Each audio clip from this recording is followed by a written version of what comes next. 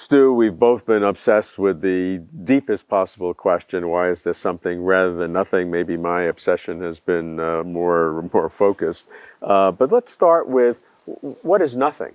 I mean, we have different views of what we can find as nothing. So how do you imagine nothing?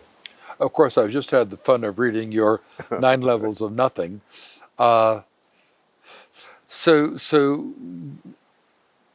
I think there is a perfectly clear way of thinking about getting something from nothing.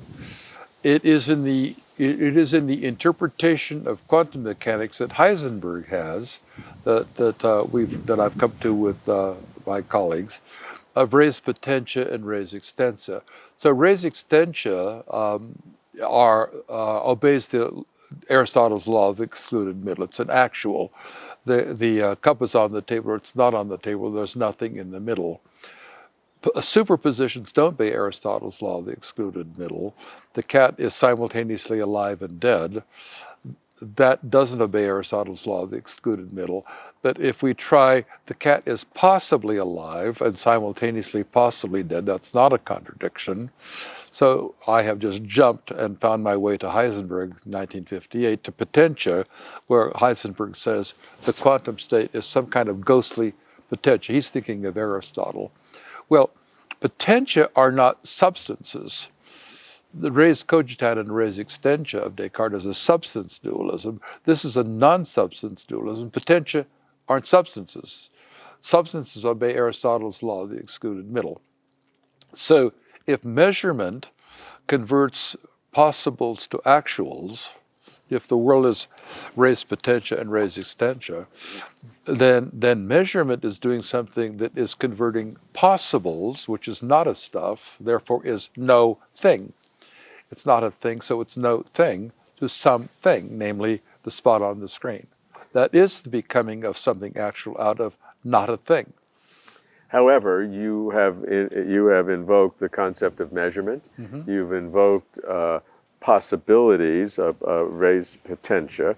And you, I think, have implicit within there some sorts of mechanisms of the laws of quantum mechanics, or some mechanism that is sitting out there, maybe not in space-time, but has some kind of existence. It's not a concrete existence, but it is an existence. So all of the things that you've brought into this discussion are not nothing to me. Well, I need to start at a minimum with res potentia and res extensa. So I have to start with at least possibles. If there's no possibles, I think it's your 9th level of nothingness. So let me give you that. Okay, I'll give you the possibles. Okay. But now, what you need some more stuff. You can't just stick with your possibles, because if you just stick with your possibles, you have no mechanism. What do you want for a mechanism? Well, you gave me measurement as a mechanism. No, I didn't give it to you. I gave you measurement. Okay. I don't think it's a mechanism. Well, quantum mechanics then is a... Hang on. Okay. Quantum mechanics has in it something called measurement. Measurement is the collapse, quotes the famous collapse of the wave function, whatever that is. Nobody has found a deductive mechanism for measurement since 1927. They haven't. There's a theorem called the strong free will theorem by Conway and Kochen. Without going into it, it says, if the theorem's right, nothing in the past of the universe determines the outcome of the electron being spin up or spin down, and there is no mechanism for measurement. Then they say, remarkably, the electron decides. That's why it's a strong free will. It's the only use of an experiential term in physics that I know. You get to the same conclusion on res extensa, res potentia. The X is possible of res potentia does not logically entail the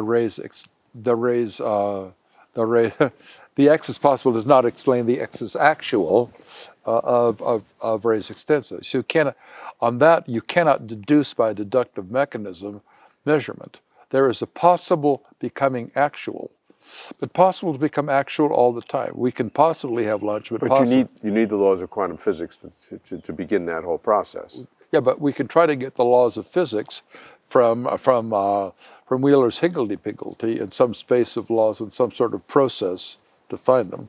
So if you have a space of laws, you now have got three things that I could see right away you could do. One is you posit a different universe for each set of laws, as in the cosmic landscape by Susskind, or you have some sort of set of laws and meta laws for finding your ways among the laws, like Lee Smolin wants, and you have an infinite regress.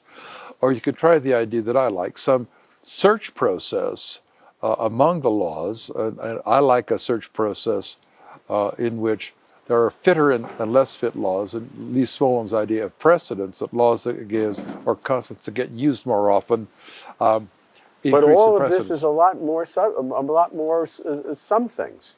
You're just adding some things on top of some things on top of some things in order to get something from nothing. But you're pre-assuming all these some things. Well, I'm assuming quantum mechanical possibles.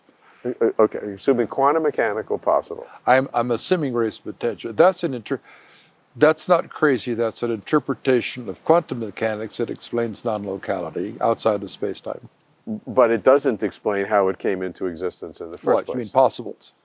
Right. I mean, to have possibilities is an enormous number of things. But now you're out of that huge possibility space, infinite possibility. You're picking out quantum mechanics in some ways as something that is sort of halfway between a possible and an actual, because that's working. That's making this happen. Well, Robert, your sixth level of nothingness begins with the laws. Yes. I don't think we have to begin with the laws. We can go to your seventh level of nothingness. God, it must be like Cervantes' seventh levels of hell. I think you do not have to assume the laws. So we can take on Wheeler's question of the laws emerging from a higgledy-piggledy. So we have to have a higgledy-piggledy. So what's the higgledy-piggledy? It could be a space of all possible laws, or at least a hell of a lot of laws, which is sort of like Wilczek's The Beautiful Question. And you have to assume those are necessary in a deep sense. I don't know. I mean, how did you get them? They're just there? Is it a brute fact that they're there? I don't know. You are pushing me to the 10th level of your nothingness. I haven't read Wilczek's The Beautiful Question, but I guess one way of approaching this, if you want laws, I'm not sure you need to start with laws, but if you want laws, you could try to think in the higgledy-piggledy of Wheeler of all possible laws. That could be all possible consistent mathematical systems, and then you posit a different universe for each of them. Wilczek may do that. I don't know. I haven't read the book.